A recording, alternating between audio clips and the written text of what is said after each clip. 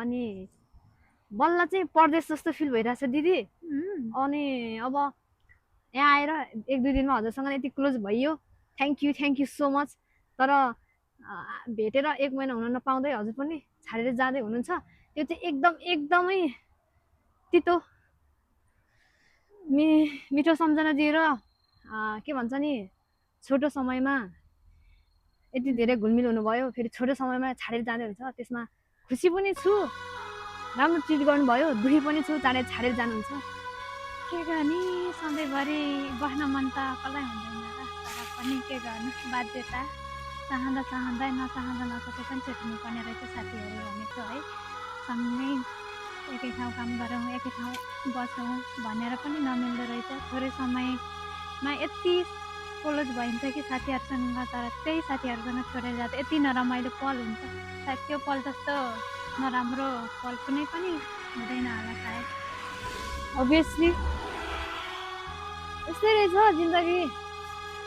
आफ्नो आफन्त नातेदारहरूसँग छुट्टिनु पर्ने, नयाँ मान्छेहरूसँग जोडिनु पर्ने।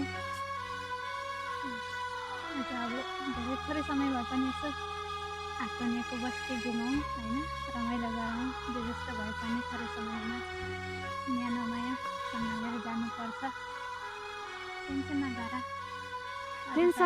टेन्सन नगर्ने भन्दा टाढा भए पनि सधैँभरि मनमा हुन्छ, जहाँ जस्तो अवस्था भए पनि सधैँभरि साथमा नभए पनि मनमा त सधैँभरि भइरहन्छ नि त।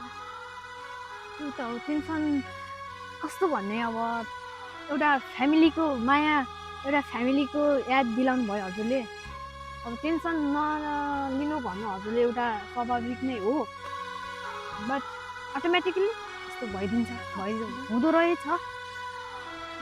कसरी नजिक भइन्छ थाहा पनि हुँदैन, कसरी छुट्नुपर्छ त्यो पनि थाहा हुँदैन, तर जोडिँदाको पल छोडिँदाको पल होइन, यति सानो समयमा आज कसरी भन्नु है। किन रोकिएर तपाईँ रुनी हो के हो